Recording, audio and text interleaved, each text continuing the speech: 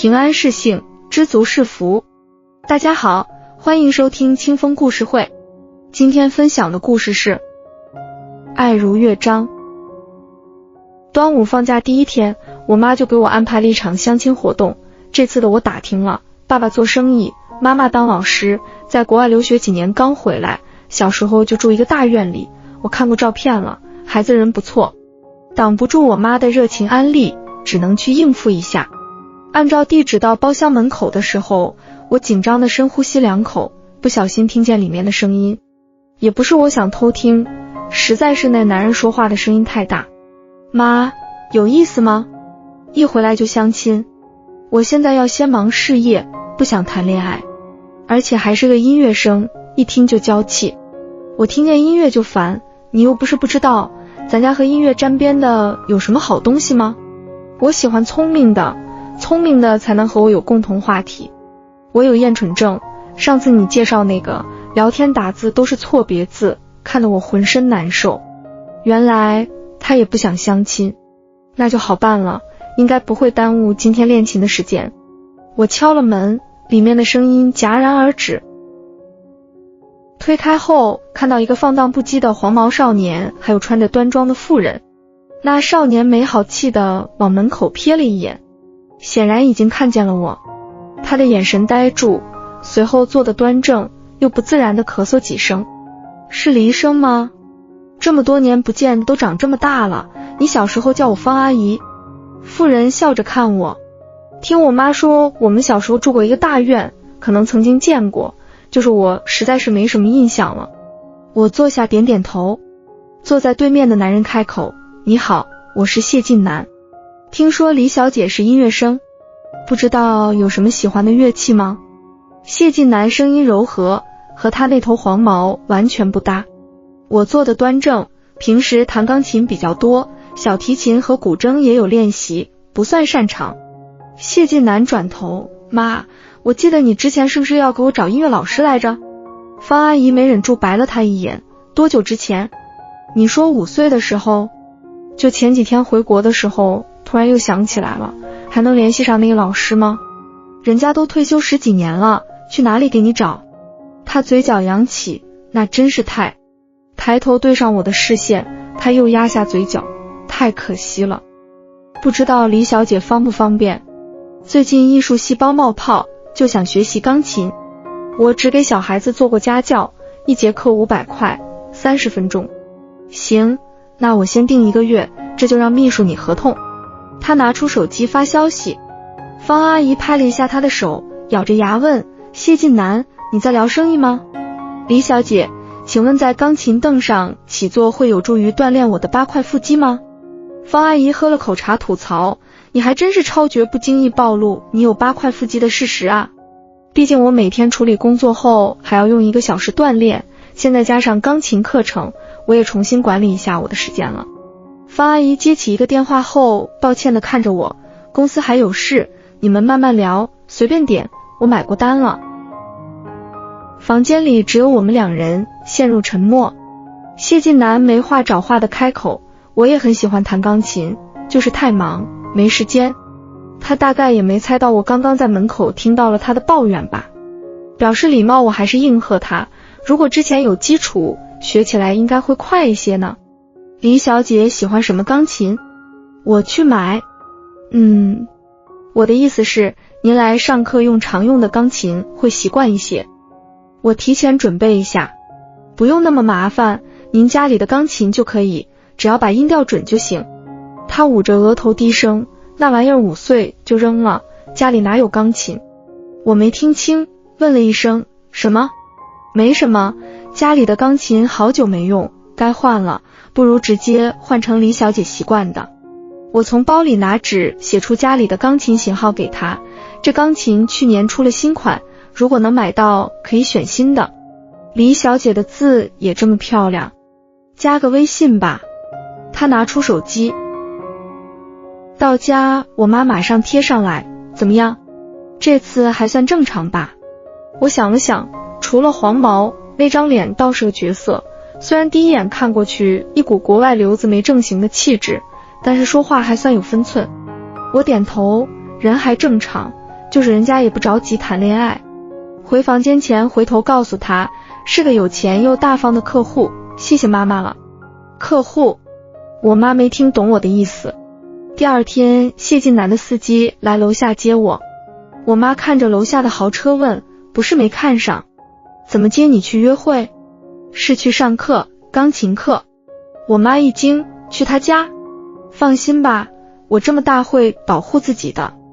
我妈垂着手，有车还有房，隔壁你陈姨还真没骗我。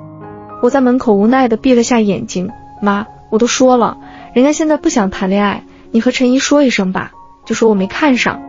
要是直说谢晋南不想相亲，感觉陈姨也没面子。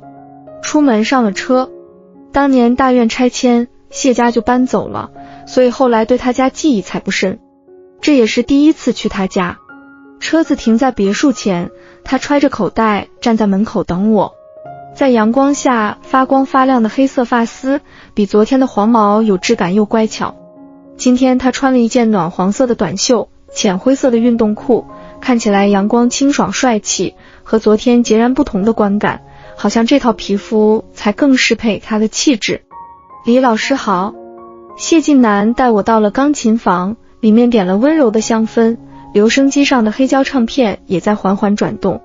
身侧是一大片落地窗，窗外是他家的后花园，简直是梦中琴房。最新的琴，我忍不住上手试音，美妙。这琴在国内都找不出3台，他一夜之间就能搞来，不简单啊。我抬头眨着眼睛笑着看他，课时费给你减半，我可以天天来吗？他别开脑袋打断了和我的对视，嗨，可以，但是你能别这么看我吗？他耳尖发红。谢晋南，你坐过来，我看看你的基础。他选的实木双人琴凳很大，坐2个人还很宽敞。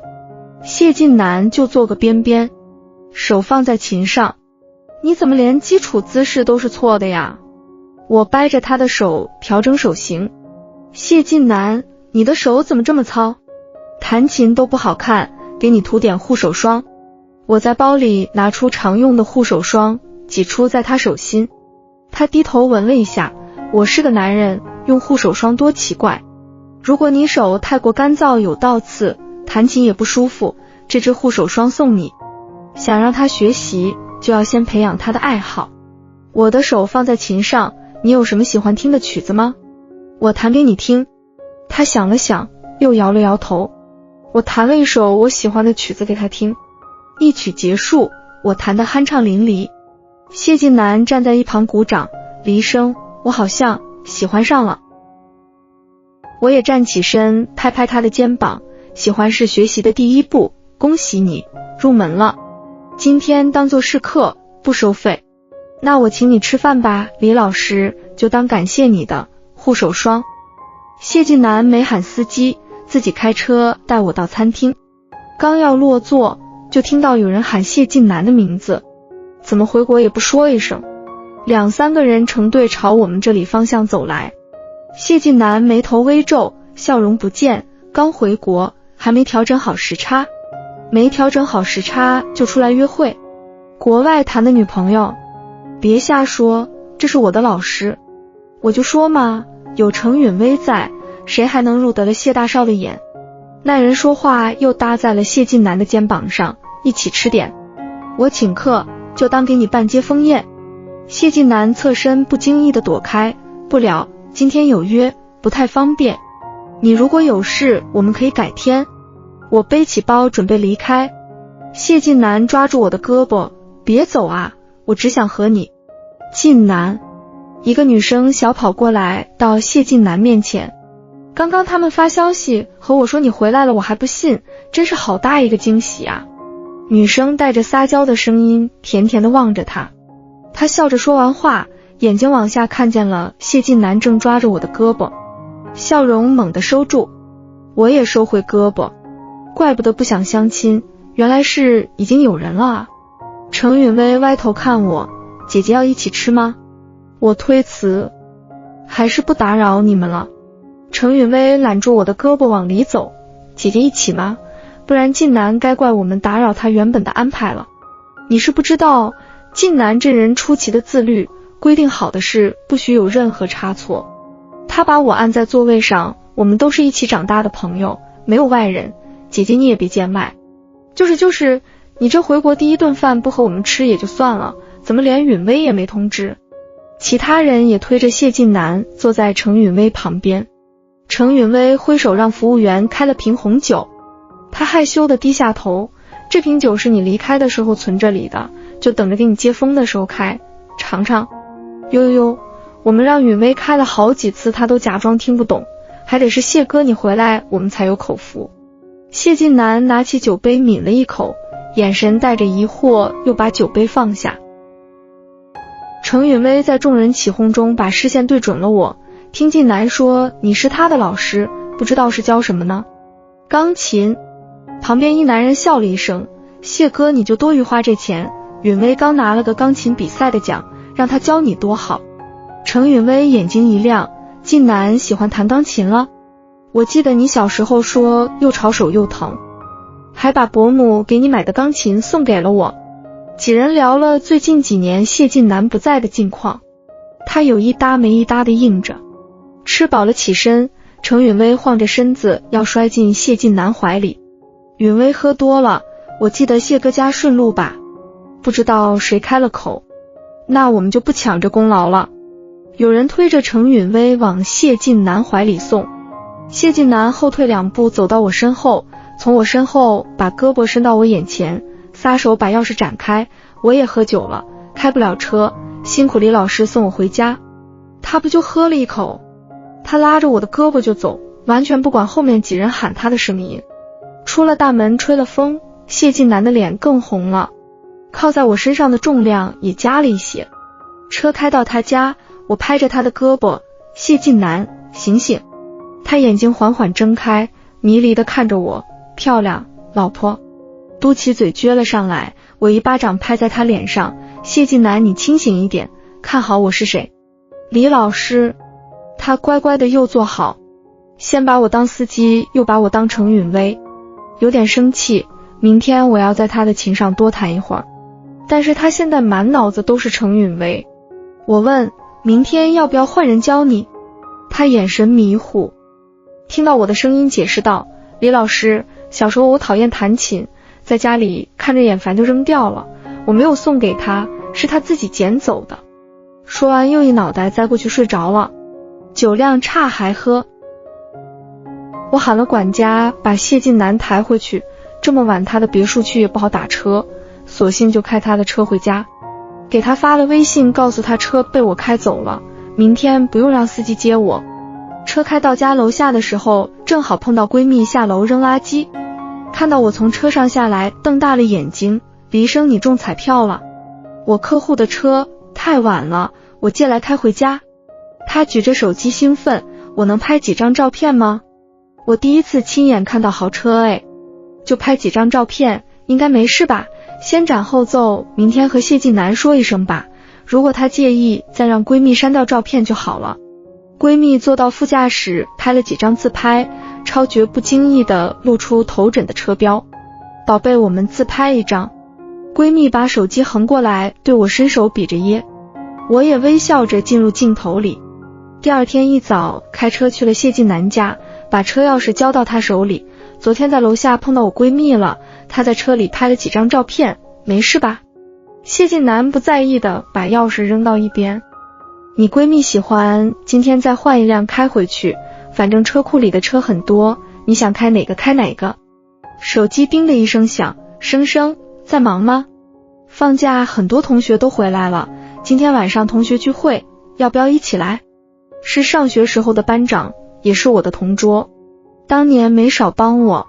既然邀请了，反正也没什么事，就去热闹一下。问他要了时间地点，告诉他会去的。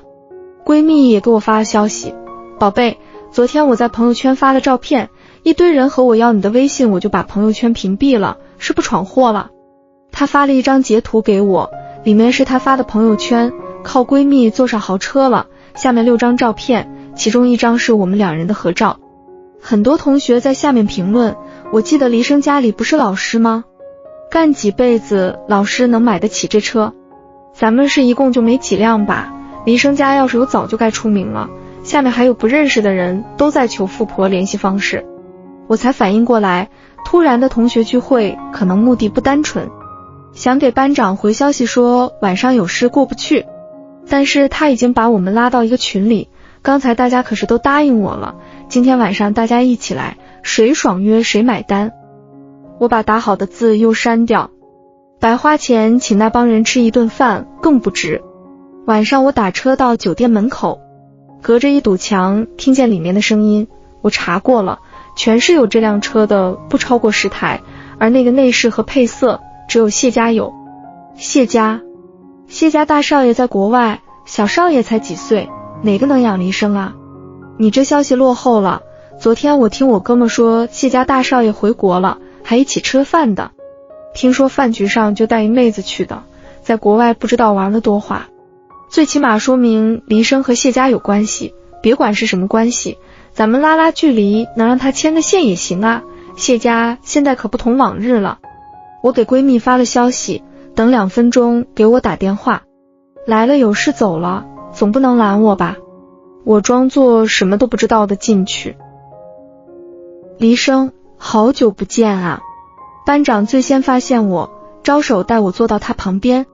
我们刚还聊到说昨天在朋友圈看见你开豪车呢，那车不是你的吧？我轻轻点头，也不想多解释什么。那车我在程允薇那里看过。说到程允薇倒是痴情，谢家少爷出国这么多年，程允薇就等他这么多年，拒绝了不知道多少上门表白求爱的男人。海京市圈子不大，有点消息大家互通一下都传遍了。说话的男人我有印象，叫杨潇，全班倒数第一，坐最后一排，经常上课睡觉，还喜欢拽女孩子的胸带，开女孩子玩笑，看别人脸红抛开，就和其他男生大肆炫耀自己的魅力。没想到这么多年过去还是这么八卦。手机响起来，陌生号码，难道闺蜜又换号了？我刚接起来，班长朝我端起酒杯，以后还要麻烦黎生帮我们多在谢少面前美言几句，谢家的产业现在几乎遍布咱们海京市，这家餐厅就是谢少的产业。旁边人啧了一声，老班长怎么没喝就糊涂了？这你不是找错人了，找黎生还不如找程允薇，那才是谢少的正牌女友。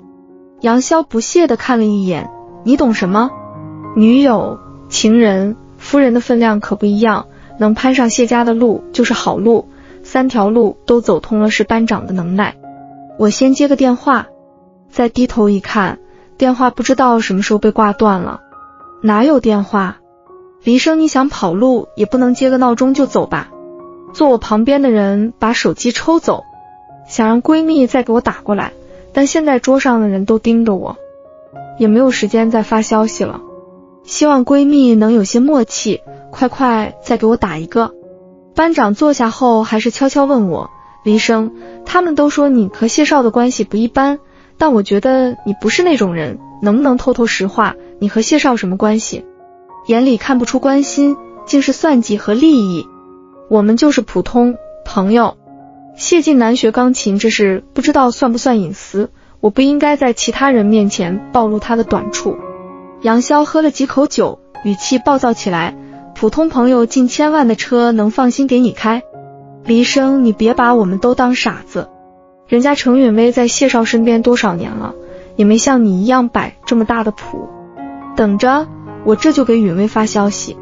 他拿出手机录了一圈视频，很快对面回了条语音，点了功放调到最大音量，程允薇的声音从手机里面传出来，哥哥吃好喝好，我让晋南给大家免单。我皱眉盯着手机，谁现在再给我打个电话就是我救命恩人，哪怕是推销广告，我都想给他冲冲业绩。包厢门再次被推开，服务员推着车进来，这瓶红酒谢少请客。我靠，这酒7位数，程允薇面子这么大，还得靠杨哥啊。几人谈笑间，杨潇招手让服务员开酒，没想到包厢门口进来一人，拿起酒瓶对着杨潇脑袋砸下去，红酒的液体和玻璃片四溅。旁边的服务员忙递上毛巾给谢晋南擦手。杨潇刚要骂人，回头一看是谢晋南，刚要张嘴的字又憋了回去。谢晋南挥挥手，门口的保镖进来把杨潇拖了出去。谢晋南走到我的座位后面，黎生是我请来的老师，我尊重他的努力，佩服他的天赋，人与人的关系不是只有你们想的那么龌龊。我和程允薇，他妈是谢家的保姆，工作30年，我妈送了套房，离我家不算太远，也方便程一来工作，和你们说的青梅竹马两小无猜没有半分钱关系。再让我听见有人编排我的事，这次见的是我，下次见到的就是律师。至于你们所谓的豪车，不过是一个代步工具而已，不用想的那么重要。李老师愿意开着玩是我的荣幸，大家不用胡乱猜测。不好意思打扰你们的聚会了，这顿我请，各位吃好喝好。谢晋南把毛巾扔在桌子上，拿着我的包和手机大跨步离开。说实话，我们这里人和人之间没什么秘密，相识的几家有点消息一天就能传遍一圈。我曾想过站起来发脾气大闹一通，但是不知道传进别人耳朵里会不会变成我爸妈当一辈子老师，自己的孩子都教不好。教养时我在想最稳妥又最温吞的办法。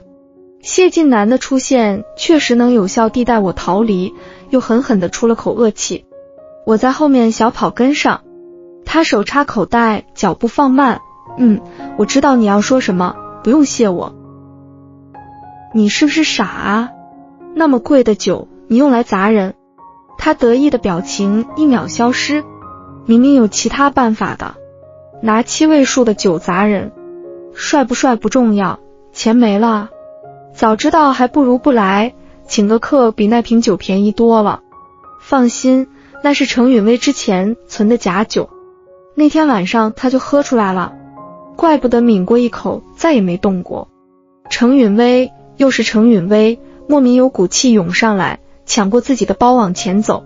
谢晋南跑过来追上我，把手伸到我眼前，手破了，好疼。哇，好大的伤口，你没发现等下就愈合了？嘴上说着，我的脚步在加快。谢晋南大步跟着我，我错了李老师，下次我不动手了，都听你的好不好？他抓过我的手腕，走，送你回家。坐进车里，他倒是一本正经地问我，黎生，你怎么不告诉他们？告诉什么？告诉他们你是我请来的老师。谁知道对你们这些人来说，谢家继承人不通音律算不算缺点呢？我怕我乱说一句话，明天收到律师函。那都是对其他人才那样，对你不会的。刚刚是不是吓到你了？谢晋南神色认真地盯着我，对上他的视线，突然就想到了被打碎的红酒瓶，没忍住笑。还好吧，挺爽的。倒是你，怎么过来了？是巧合吗？刚才班长说这家饭店也是谢家的产业。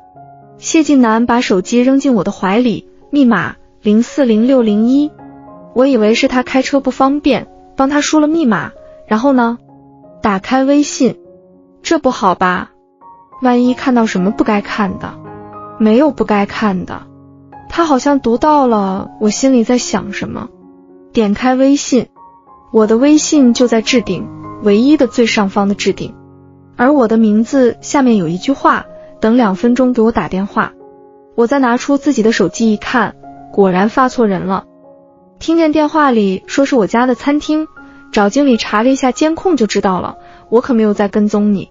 车子开进我家小区，我把手机还给他，知道了，谢谢你，明天见，李老师。第二天，谢晋南的司机准时到楼下接我上课。进了别墅，就听见钢琴房传来的噪音，连着给他上了3天的课，这人在音乐这条路上真是条条被堵死。乐理不会，识谱看不懂，对弹琴更是没有什么毅力，每天就是坐在一边看我弹琴，然后鼓掌。这钱挣得我心虚，这人实在是没有音乐天赋，教不来。可是我要怎么和他说？如果直接告诉他，会不会伤害他？最重要的是他知道自己不适合弹琴，会不会就不学了？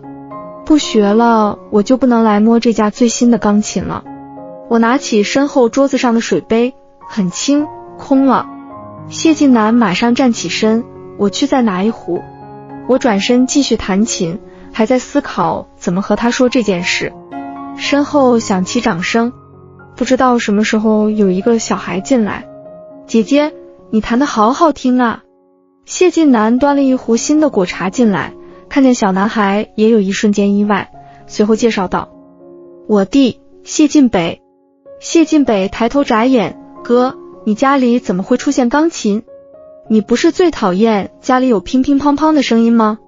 因为我学架子鼓，你还把我轰出去住，而且还说最讨厌的就是钢琴，又大又重，学钢琴的人总觉得自己优雅，实际上就是在装。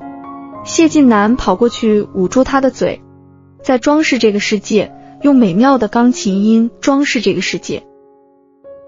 谢晋北倒腾小腿跑过来，爬上钢琴凳，手放在琴键上，弹了一首变奏曲。弹到后面节奏有一点点乱，但是都弹对了。谢晋北不好意思地挠挠头，李老师，这首曲子我上周刚学，还不熟悉。我揉着他的头发，其实很好了。其实我们家里的音乐天赋是一样的。我看着那个说音乐天赋一样的人。谢晋南喝了一口茶，基础数值一样，不过我把努力点在了其他领域。你让谢晋北看个合同，他能睡在合同上，还流口水。谢晋南，你和一个8岁小孩子比什么？反正你还剩下几个月的课时，我可以每天过来给他上吗？你想每天都来？谢晋南的嘴角越翘越高，露出暗爽的表情。哥哥，求你了，我喜欢李老师，我爱李老师，我想和李老师学习。谢晋南又捂住谢晋北的嘴，你小子知道什么是喜欢，什么是爱吗？张口就来。谢晋北咬了一口，谢晋南疼得松手。有呼吸的谢晋北大喊，谢晋南你霸权，就许你喜欢李老师，不许我喜欢吗？你屋子里都是。谢晋南又捂住他的嘴，扛起来就跑，把谢晋北锁在他的卧室里，又回来钢琴房。小孩子童言无忌，别介意。你要是想来你就来吧，我可以让谢晋北住回来，但是你们上课我必须在旁边，不能逼着我。一天就1个小时课程，谢晋南上的比谢晋北还准时。说好的要搞事业呢？每天5点半下班，6点05分到家旁听钢琴课。但是不得不说，谢晋北的天赋明显优于谢晋南，教起来都省事很多。北北今天好棒，那李老师你可以抱抱我吗？谢晋北伸出2只手，圆圆的大眼睛眨了几下，简直萌翻。我弯下身子给他一个拥抱，他得意地跑到谢晋南旁边，嘿嘿，你小的时候抱不到李老师吧？然后又被谢晋南拍着屁股扛出去，锁在了房间里。因为谢晋北的作业增加，课程时间拖后1小时，晚上被谢晋南留在家里一起吃完饭。怎么一直没见过方阿姨？谢晋北嘴里吃着一块肉，嚼地告诉我，这是我哥哥的房子，他嫌我们吵，把我们都轰出去了。别听他胡说，我工作回来晚，住在一起不方便。哥哥你最近下班回家都很早哦，有时候比我放学回来还早。我回来是有事，我要锻炼身体。第二天，钢琴房里多了一套健身设备。我教谢晋北弹琴，谢晋南就在窗边跑步，举哑铃，举杠铃。汗水浸透他的速干衣，在他凹凸有致的身材上包出完美的形状。谢晋北喊我，李老师，你今天都喝了3壶水了，你很渴吗？我厕所不舒服，去上个肚子。话说出去，尴尬的我想找个地缝。从卫生间出来后，钢琴凳上坐了一个穿白裙的女人，拿起手机拍照片，谢晋南和谢晋北都不知踪影。你是？那人回过头，程允薇。黎生，我查过了，你不过就是仗着小时候见过谢晋南几面，要说门不当户不对，我是，你也是。凭什么我配不上谢晋南你就可以？先接近谢晋南，又笼络他弟弟谢晋北，吸引谢家人。这种招式我连用都不屑用。他的手指重重地砸向琴键，我盯着他的手，你起来，这不是你的琴。谢晋南是谁的，和我有什么关系？现在他在我挑的琴上摸来摸去，才让人觉得烦。黎生，我和谢晋南认识20多年了，你说他会信谁呢？程允薇嘴角勾起，拿起一个最轻的哑铃扔在自己头上，柔弱地倒在地上。谢晋南一惊，你怎么进来的？晋南，你看他说我配不上你，没资格和他抢你，还拿哑铃砸我。谢晋南瞪大眼睛看我，你真的这么说了？随便你信不信，我证明不了我没说过这些话，也证明不了我没砸过他，我不喜欢在这种事情上做无用的解释。谢晋南眼睛眨巴眨巴，所以说你也喜欢我？程允薇和我都愣住了。晋南，你在说什么啊？我的头好痛，你可以抱我去医院吗？程允薇伸手对着谢晋南扑过来。外面的保安跑进来，少爷对不起，他说替陈一帮夫人给小少爷送东西来的。夫人今天确实传达过会给小少爷送衣服，看到他拿着童装就放进来了。谢晋南随手砸在地上一个水晶杯，以后没有我的通知再放人进来，你们都别干了，我们这就把他带走。几个保安大气不敢出的把程允薇抬了出去。晋南，是他砸了我，你把我带走干什么啊？谢晋南把我看了一圈，怎么样？他没伤到你吧？我转身看钢琴，一股浓郁的香水味，难闻。谢晋南拿手帕擦着我的手，我这就让人换新的过来。这琴弹的时间久了，换了还舍不得，擦擦还能用，那我让人来消毒。他推着我回到客厅，晋北说渴了，顺便给你换了温水，没想到有人上来。没事，不关你的事。谢晋北抓着我的手一直没松开，我刚才真的好害怕，我看到他手里拿着哑铃，怕他会伤害你，还好你没事。黎生，我想保护你，一直在你身边保护你。谢晋南半蹲在沙发前的地上，抬头望着我，我低头躲避他炙热的目光。让我再想想吧。不得不说，程允薇那段话是对的，和谢家门不当户不对的不只是他，还有我。如今的谢家今非昔比，海京市里大部分企业都有谢家的参与，未来谢晋南的婚姻能不能由他自己决定都说不好。谢晋南叹了口气，又扬起一个笑脸，也对，是我太冲动了，我让司机送你回去，等你冷静一下再做决定。转天，谢家的司机在楼下，我却犹豫着怎么面对谢晋南。手机微信声响起，一条谢晋南的语音，姐姐，你怎么还没来啊？你不来我都不知道弹的对不对了，哥哥这个大笨蛋根本听不出来，只会说我弹的没有你弹的好听。一道稚嫩的童声在手机里响起，又响起一条消息提醒，黎生姐姐，我都想你了，一天不见就好想你呀，和谢晋南的事还是不要影响小孩子。换了衣服下楼上车，车子开到谢家别墅的时候，正好遇见谢晋南开车出门。他不在，我还能轻松一些。照常给谢晋北上课，课程结束，我麻烦司机送我回家。司机大哥抱歉地笑了一声，少爷吩咐让您在家等他一会儿，他说有东西要给您。偏远的别墅区不好打车，而且昨天刚看到一条妙龄少女在别墅区打车被司机绑架的新闻，吓得我更是乖乖地坐在沙发上等着。无聊就拿起手机刷短视频，一条营销号的视频热度暴增，当红女团成员西西恋情疑似曝光，吓得我坐直身子仔细看。女团成员西西出公司后坐上豪车回家，在地下车库两人下车同进电梯上楼，半小时后西西换了一套衣服与该男子搂搂抱抱，再次坐进豪车内，疑似好事将近。此条新闻瞬间刷爆短视频和微博热搜。刚出道在巡演的女团 C 位成员恋情曝光，无异于自毁事业。只是视频里这辆车不是刚才谢晋南开出去那辆吗？外面都传谢晋南玩的花，我还不信，刚赶走一个程允薇，又勾搭一个女明星。还说什么不喜欢音乐，程允薇弹钢琴，爱逗西西更是唱跳俱佳。只是这女明星是谁不好，偏偏是西西，那可是我真金白银投票投出来的女儿啊！刚出道就爆恋情瓜，到底是动了哪个资本的蛋糕啊？院子里灯光亮起，一辆车停在门口，是谢晋南的车回来了。他小跑着进家门，还好你没走。巡演的票。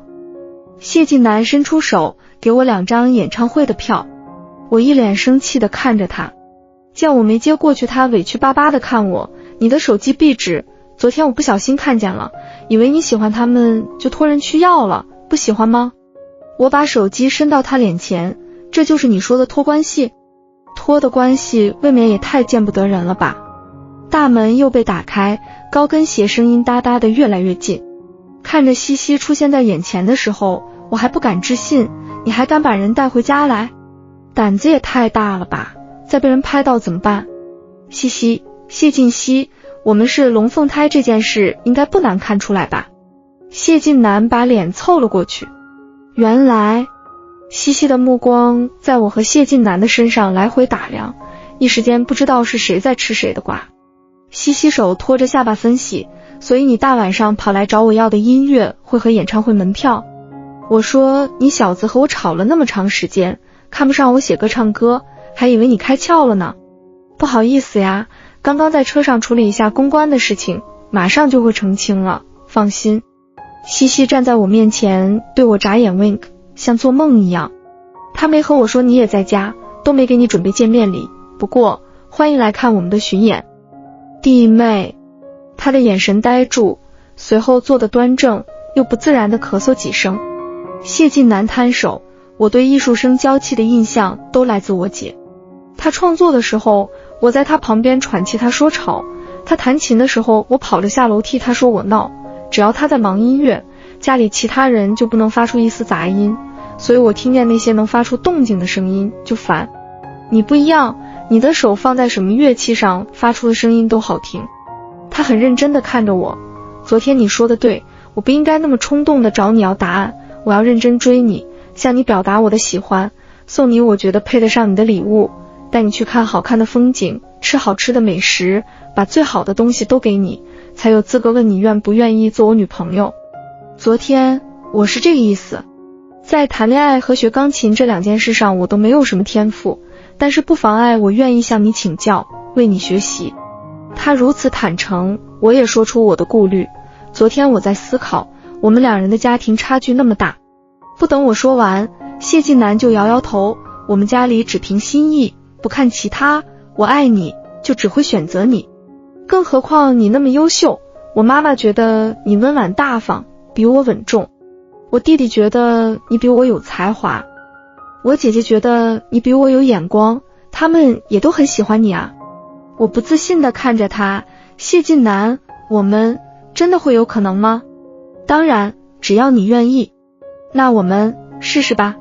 谢晋南眼睛发亮，真的。他抱起我转了2圈。楼上的钢琴房里适时地响起一首《爱之梦》。这个夏天梦幻又浪漫。